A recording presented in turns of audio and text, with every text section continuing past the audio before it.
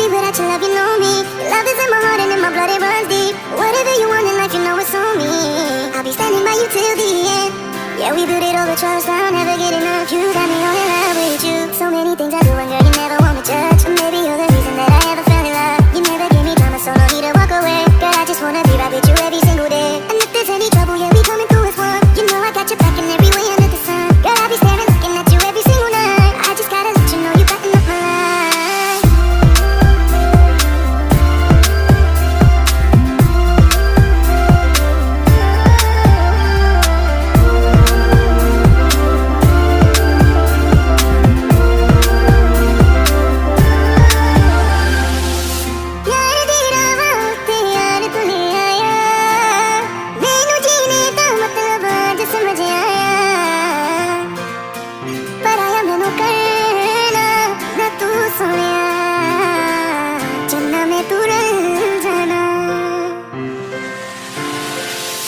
তোর ভালোবাসা উড়ে গেছে আমাকে, তাই যদি কিছু চাও আমাকে জানিয়ে। প্রতিদিন আমি বলি মে তুই আমার জীবন, স্বপ্ন পূরণ করে দিব যে কোনো রকম। যতক্ষণ তুমি আমার সাথে আর কেউ জানি না, যতক্ষণ তুমি নাই আর কিছু পারি না। Girl, I just want your love and all the time and every day. তোর মনে যত বাধা থাকে সব ছেড়ে দে। उड़ावे तुझे हरे आज मेरी गलियां, बसाऊं तेरे संग में अलग दुनिया। ना आए कभी दोनों में जरा भी फसले, बस एक तू एक मैं हूँ और कोई ना। है मेरा सब कुछ तेरा तू समझ ले, तू चाहे मेरे हक की जमीन रख ले। तू सांसों पे भी नाम तेरा लिख दे, मैं जीऊं जब जब तेरा दिल धड़ के।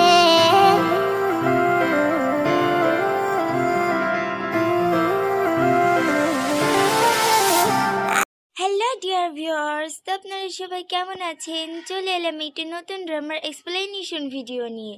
এই ড্রামাটি এখন খুবই ভাইরাল হচ্ছে, কারণ এই ড্রামাটিতে মেয়েটি তার কেপু পাইটেলকে বাঁচাতে টাইম ট্রাভেল করে এবং অতীতে যে মেয়েটি কিভাবে তাকে বাঁচিয়ে ফেলে সেটি আমরা দেখব। কিন্তু অতীতে যে বর্তমান বদলানো কি সম্ভব, এই নাটকটার মাধ্যমে আমরা সেটি বুঝবো।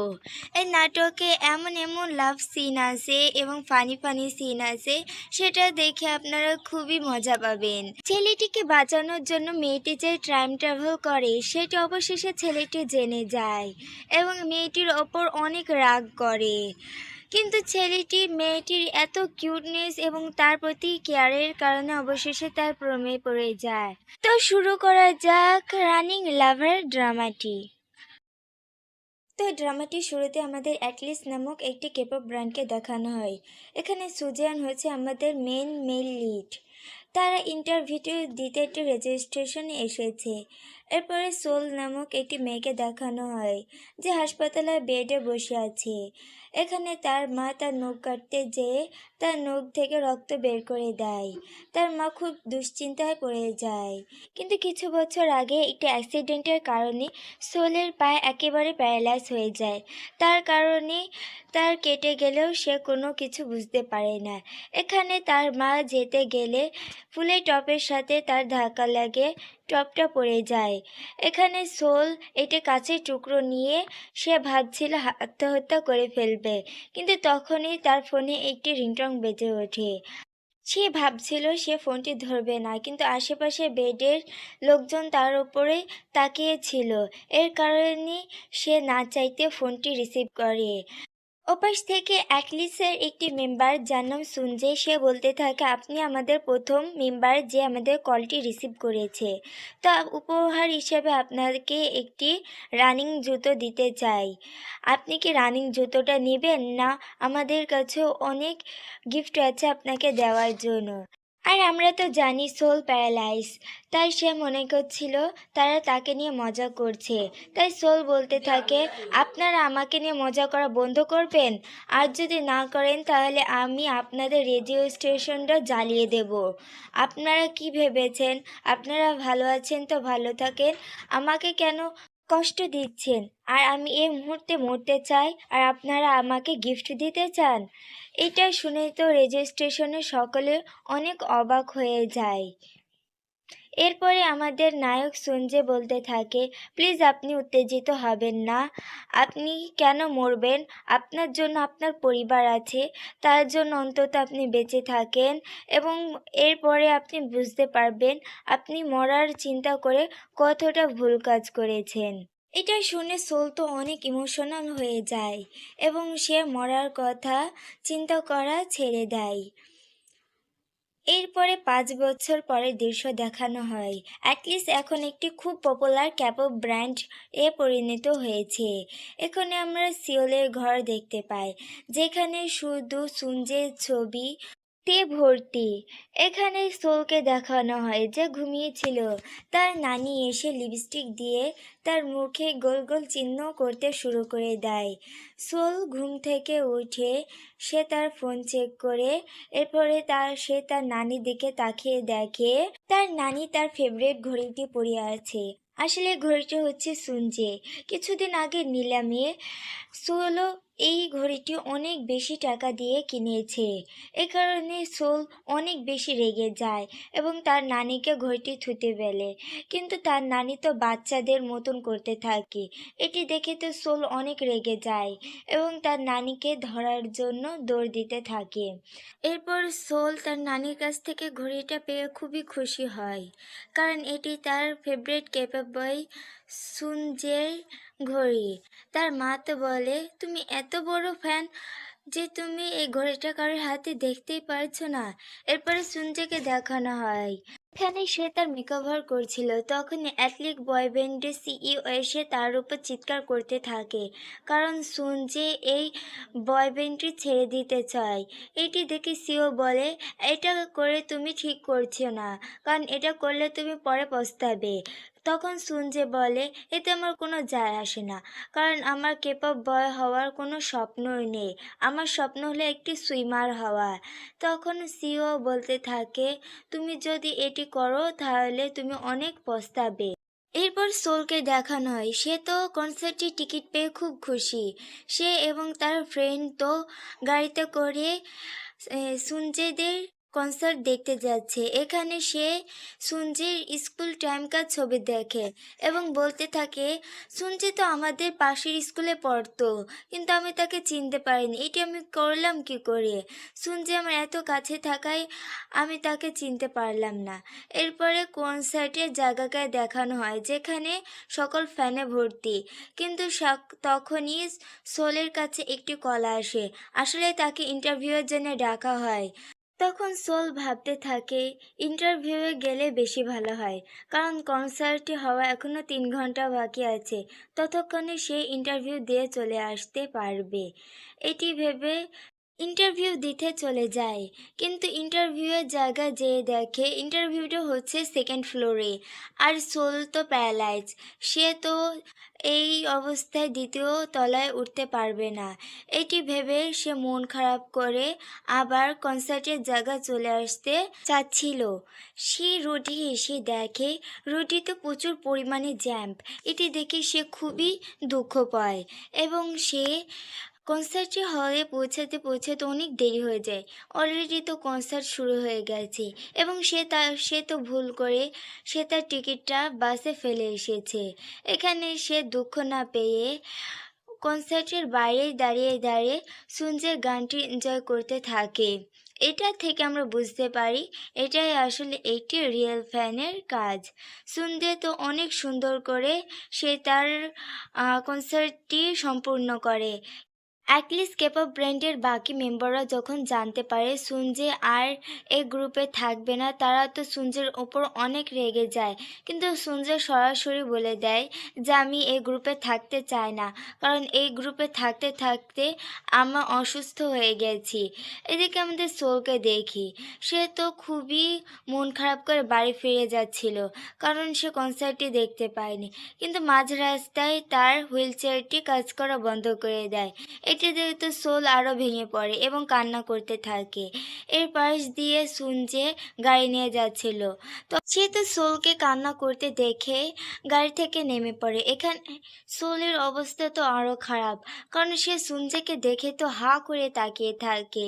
সে অবাক দৃষ্টিতে তাকিয়ে থাকে, কারণ সুনজে তো একটি ক্যাপআপ গ্রুপের অনেক পপুলার একটি বয় তার সামনে দাঁড়িয়ে, তাই সে খুবই অবাক হয়ে যায়। সুনজে সোলের সোলের মাথার উপরে একটি ছাতা ধরে এবং নিজের রুমালটি দিয়ে বলে, তুমি তোমার চোখের পানি মুছো। এটি দেখে তো সোল অনেক কান্না করতে থাকে, কারণ সে তার ফেভারিট কেপপ বয়কে দেখতে পাচ্ছে এবং সাথে সাথে সে খুশি হয়। তখন সুনজে বলে, তুমি কান্না করো না, চলো আমি তোমাকে বাড়ি পৌঁছে দিই।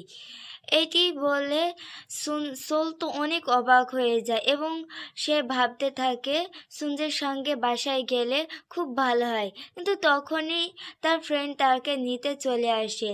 এটি দেখে তো সোল কিছু আর বলতে পারে না। তখন সুনজে বলে, তুমি ছাতাটা রাখো এবং তুমি তোমার ফ্রেন্ডের সাথে বাসায় চলে যাও। তখন সোল সুনজেকে একটি ক্যান্ডি খাওয়ার জন্য দেয়। বাসায় ফিরে সোল তার মাকে বলতে থাকে, মা, আমাকে কে বাঁচিয়েছিল অ্যাক্সিডেন্টের হাত থেকে? তখন তার মা বলে, তুমি হঠাৎ আজকে এটা জানতে চাচ্ছো কেন? তখন সোল বলে, আজকে আমি এমন একজনের সাথে দেখা করেছি যার কারণে আমি বাঁচার মোটিভেশন পেয়েছি। কিন্তু তার মা তাকে এটি বলে না। এরপর আমাদের সুনজেকে দেখানো হয় যে তার ব্যালকনির সামনে দাঁড়িয়ে আছে। তার ঘরে সকল ওষুধপত্র ছড়িয়ে ছিটিয়ে রয়েছে। এখানে দুটো মেয়েট বলা করছে যে সুনজে আসলে কতটা সুন্দর। তারা বলতে বলতে হঠাৎ ছাদ থেকে কে লাফ দেয়।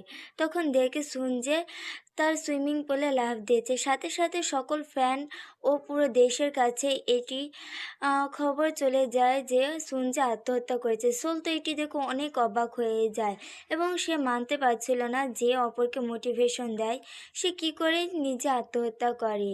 কিন্তু সোল অনেক খোঁজ খবর নেওয়ার পরে সে সরাসরি হসপিটালে চলে যায় সুনজেকে দেখার জন্য। তাড়াহুড়ো করে যেতে যেয়ে সে সিঁড়িতে পিচ্ছিল খেয়ে অনেক জোরে পড়ে যায় এবং অনেক আঘাতও পায়। তখন আমরা সুনজেকে দেখি। সুনজেকে অনেক কষ্টে বাঁচানোর চেষ্টা করা হয়, কিন্তু অবশেষে সে আর বাঁচে না, অর্থাৎ মারা যায়। এদিকে সকল টিভিতে দেখাচ্ছে সুনজে মারা গেছে। এটি দেখে তো সোল অবাক হয়ে যায় এবং খুব কান্না করতে থাকে। তখন সে তার অতীতের কথাগুলো মনে করতে থাকে যে সুনজ সেদিন রাতে তাকে কিভাবে বাঁচিয়েছিল। তখন সে সুনজের ঘড়িটা দেখে অনেক কান্না করতে থাকে। তখনই একটি চমৎকার হয় আর সোল 10 বছর আগের অতীতে পৌঁছে যায়। সোল তো ভাবছিল সে হয়তোবা স্বপ্ন দেখছে, কিন্তু আসলে চারিদিকে তাকিয়ে দেখে এটি তো তার সেই একটি স্কুলের মুহূর্ত এবং এই টাইমটি সে একবার পেরিয়ে গেছে। তখন সোল খেয়াল করে তার পা দুটোতে একদমই ঠিক। এটি দেখে তো সোল খুবই অবাক হয়। এরপরে সোল তো ভাবতে থাকে সে নিশ্চয়ই স্বপ্ন দেখছে। এটি ভেবে সে দৌড় দিয়ে সুনজের স্কুলের কাছে চলে যায়, কারণ সুনজের আর তার স্কুল তো পাশাপাশি। তখন যেতে যেয়ে সে একটি ছেলেকে জিজ্ঞেস করে সুনজে কোথায় থাকে। ছেলেটি তখন তাকে বলে দেয় সুনজেকে দেখতে পায় যে সাঁতার কম্পিটিশনে যাচ্ছে। আমরা তো জানি সুনজে সাঁতার করার খুবই ইচ্ছে। এখানে সুনজে সাঁতার করে ফার্স্ট হয়ে যায়। সোল তো সুনজেকে দেখে খুবই খুশি হয়, কারণ সে তো জানে যে সুনজে মারা গেছে। এখন সরাসরি তাকে দেখে তো সে দৌড়ে যেয়ে তাকে জড়িয়ে ধরে আর প্রচুর পরিমাণে কান্না করতে থাকে। কিন্তু আমাদের সুনজে বেচারা তো কিছুই বুঝতে পারে না, সে তো সোলকে দেখে চিনতেই পারে না। তখন সোল বলতে থাকে, তুমি ফিরে এসেছো, আমি খুব খুশি হয়েছি, প্লিজ তুমি আর সুইসাইড করার চিন্তা করো না। এটি বলে সে অনেক কান্না করতে থাকে। কিন্তু সুনজে এটা দেখে অনেক বিরক্ত হয় এবং বডিগার্ড ডেকে তাকে বের করে দেয়। সোল তো বলতে থাক, আমি সুনজেকে চিনি, প্লিজ আমাকে যেতে দাও। এরপরে সে একটি রাস্তায় বসে কান্না করতে থাকে। সুনজে যেয়ে সোলকে দেখে খুবই দুঃখ পায়। এরপরে সুনজে যে সোলের গায়ে টাচ করে সে তো ধরাস করে পড়ে যায়।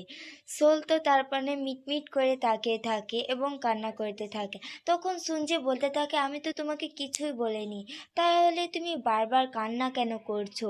এর উত্তরে সোল তাকে কিছুই বলে না। এরপরে সুনজে সোলের ঘড়িটা পানে তাকিয়ে দেখে সোল আর সুনজের ঘড়ি তো একই রকম, কিন্তু এটি কিভাবে পসিবল? তখন সোল বলতে থাকে, তুমি কেন সুইসাইড করেছো এবং তুমি কেন মারা গেছো? তুমি কি আসলেই সুনজে, না আমি এটা কোনো স্বপ্ন দেখছি? এটা বলে সোল বকতে থাকে। তখন সুনজে এটা শুনে তো বলে মেয়েটি হয়তো বা পাগল। এটি ভেবে সুঞ্জয় চলে যেতে থাকে। তখন সোল তাকে কোনো মতে দিতে চায় না। সে তো বলল, আমি তোমাকে বাঁচাবো, প্লিজ তুমি যেও না, এই ব্রিজের উপর দিয়ে গেলে তোমার অ্যাক্সিডেন্ট হবে। কিন্তু সুঞ্জয় তো ভাবে এটি নিশ্চয়ই একটি পাগল মেয়ে। সোল তো বলতে থাকে, প্লিজ তুমি যেও না, আমি তোমার অনেক বড় ফ্যান। তখন সঞ্জয় তো রাগের চোটে একটি ট্যাক্সি করে পালিয়ে যায়। তো ডিয়ার ফ্রেন্ড, আজকের জন্য এতটুকুনি। নেক্সট এপিসোডের জন্য অবশ্যই একটা কমেন্ট করে দেবেন এবং ভিডিওটা ভালো লাগলে একটা লাইক ও একটা সাবস্ক্রাইব করে দেবেন এবং পছন্দের ড্রামাগুলো অবশ্যই কমেন্টের মাধ্যমে বলবেন, যাতে আমি নতুন ভিডিও আপলোড করতে পারি। তো আজকের মতন এতটুকু।